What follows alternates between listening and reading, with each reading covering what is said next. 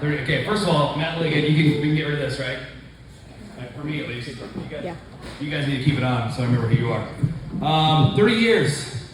How you guys feeling? Old? Yeah? Guys, I got a few tips for you. I don't mean to brag, I still look as good. Maybe 50, maybe 100 pounds more than before, but I got some tips for you. Oil of Olay, okay guys? Yeah, all right?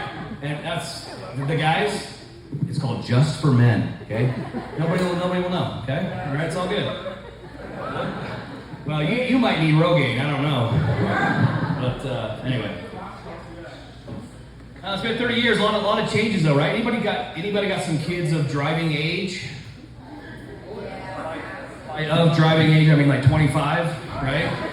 What's going on with like these kids? They don't want to get their driver's license, right? You've been carting them around, like they're like 25 years old, right? And they're taking them on dates. What's going on here? When I'm assuming you guys, as soon as it was midnight, October 28th, 1991, I was at the DMV. Okay, guys, open up.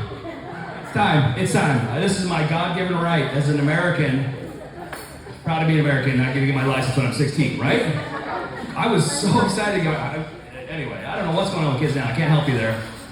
But this is kind of a night, a little bit of therapy. It's been 30 years, so I got a few issues.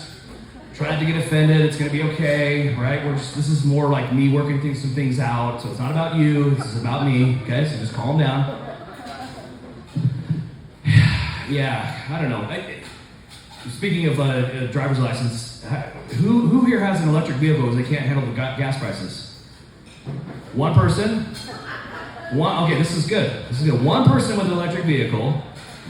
Gas nowadays, right? If gas was what it is now, can you imagine like when you hit your friends up for gas money? Like, hey, can I get a ride? It's like, oh yeah, we gotta go to the ATM and get $100 out. And actually, if we go to the ATM, it's gonna be another $20. So sorry, we can't really go there. It's crazy. It's been a while, but yeah, I feel like no offense, but I feel like the electric vehicle kind of a slap in the face to the dinosaurs, right? I mean, these pterodactyls, they gave their life for our fuel millions of years ago, and nobody cares, right? They just plug into the wall in the garage. Pretty sad. Oh, man. Let's see. Sorry, I had to write some notes, honestly, because it's been 10 years since I've done this. But, yeah, I don't mean to offend you guys. I'm gonna make a bet that we won't get offended tonight because we were born in the 70s. Right? There's something special about that generation. The generation that rolled around the back of a station wagon, thought their seatbelts were there to punish your sister and hit her with it. That's what we thought seatbelts were for. Kind of crazy. You could be gone for days and your parents didn't care, right? And this is the time when you could actually walk up to the black van that said free candy and actually get free candy, right? Maybe that was the ice cream. I don't know. A lot has changed though, right? Back in the day, right? You rub some dirt on something when you got hurt. Now it's all about essential oils.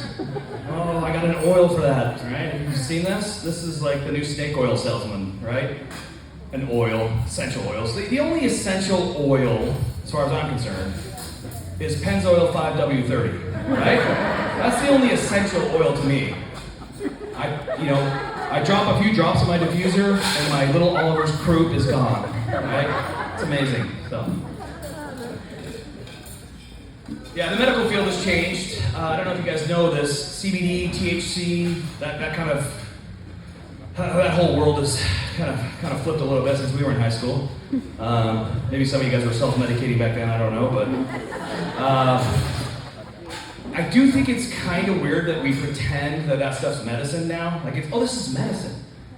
Yeah, when I went for knee surgery and got like a prescription for like some morphine or whatever, I didn't go to the morphine dispensary and talk to some dude wearing tie-dye named Moonbeam and ask him what the best strain of morphine was, right?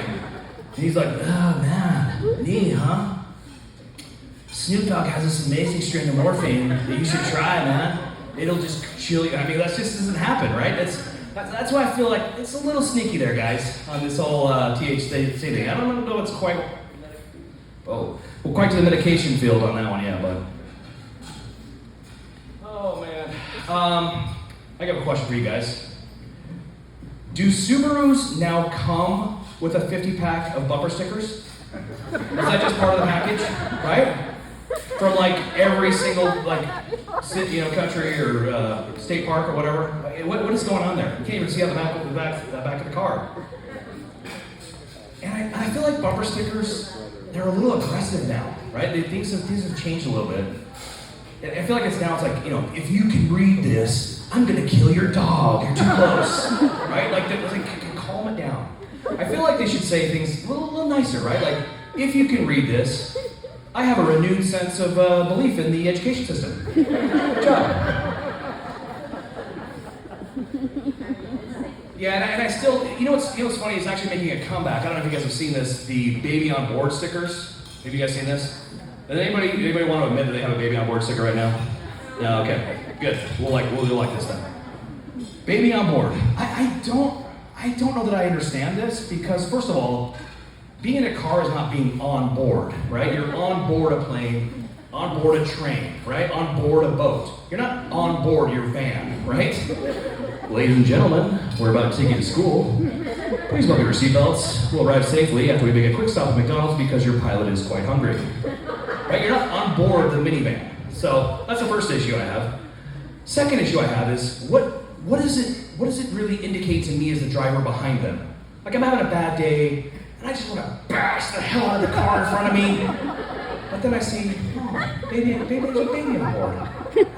You know what? I'm not going to smash that car to hell because there's a baby there, right? Like, is that what's wrong? I truly don't know. That was truly a question. I don't know. Yeah. Anyway, I told you guys I was going to talk about some issues here. I got a few issues, and no offense to the Hooper folks here, but is there any other animal on planet Earth that has outlived its usefulness than the horse? Right? The horse. Like what? Who needs a horse now? Like I got a truck. I don't need a horse. Right? I don't need to feed my truck hay. I don't need to spur it to get it to go faster. Right? Like I feel like we're kind of done with needing the horse. Right? It's more of like fun for like little kids' birthdays and stuff now. Like it's not really needed.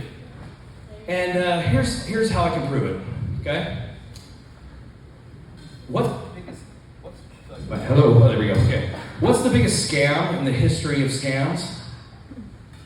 The horseshoe. Why in the world are humans making shoes for horses? You're telling me that horses who've lived for millions of years across the plains, that Genghis Khan is just conquering all of Asia, and then he stopped and he's like, oh, the horse is like, oh, my foot hurts, Genghis, I can't do war anymore. And then some like enterprising young man is like, oh, I have some broken swords that happen to be in a U shape, and it's like, oh, that's a great idea. Maybe we'll put those on the bottom of the horse hoof. And it's like, oh, how do we tie these horses out? Do we get some laces and tie them up like we do? No. We take like a 5-inch nail and just slam it into the horse's hoof. If you're slamming nails into something, I don't think it really needs something to protect it, right? Right? Valerie agrees. I'm so proud of you. If horseshoes were really necessary, wouldn't Nike have like Air Clydesdales by now? Right? And this is a real question. Do you know how long horseshoes last on a horse? Anybody know? Hooper, I'm looking at you. Hooper, come on. 2 weeks. Anybody know? 2 weeks. 6 weeks. A shoe lasts 6 weeks on a horse. Are you kidding me? Like, could you imagine? Like, you get these horseshoes, and then what do you do with them? What do you do with the horseshoe after you're done? Oh, you got this little thing right here. What should we do with it? Well, let's throw it at that stick. It'll be a game. Look how fun this is. Or it'll bring you good luck. Just hang it up. Make sure that you don't want it to turn upside down and accidentally go, the luck to drain out. Yeah, horseshoes. It's pretty weird, right? Like I don't get it. We talk about oh, these guys are no horseplay. There's no horsing around. Monkey business, I kind of get that, right? Monkey business, like, yeah, monkeys are kind of crazy. I don't feel like horseplay is like very. I don't know that I see a lot of horses running around like bumping into each other, knocking them into the pool. Ha! I got you, man. And then the other horse like, Wilbur, my Air Clydesdales, I'm wearing them. Hey, Wilbur the horse. He's a famous horse, man. Nobody's bumping that Wilbur into the pool, right? Oh man, a lot of things have changed too. Like food has changed. I don't know if you guys know this. GMOs. Everybody's a lot of GMOs. Oh, heaven forbid we grow more food. That's horrible. Like, no, I kind of actually want GMOs. I want beanstalks that are like LeBron sized, right? I want a corn cob that goes on the whole back of a semi. This is what I want, right? I am a very pro GMO, pro. You know what? Actually, this has been bothering me a long time too. So again, this is just another issue of mine. What is the deal with like chicken without antibiotics? No steroids, no antibiotics. Do you really want the free-range chicken that's out there doing yoga and Pilates and I can't have any antibiotics? If my chicken has a stuffy beak, I want that guy so roided up, so many antibiotics, that he's basically Arnold Schwarzenegger chicken, okay? I want the East German ladies weightlifting team of chickens. That's what I want to eat, right? I want like Hans and Franz, lifting some weights with their wings. Oh yes, I'm almost ready for the slaughter. I think I might be 5 buckets of chicken. Anyway, that's what I want. I don't know about you guys.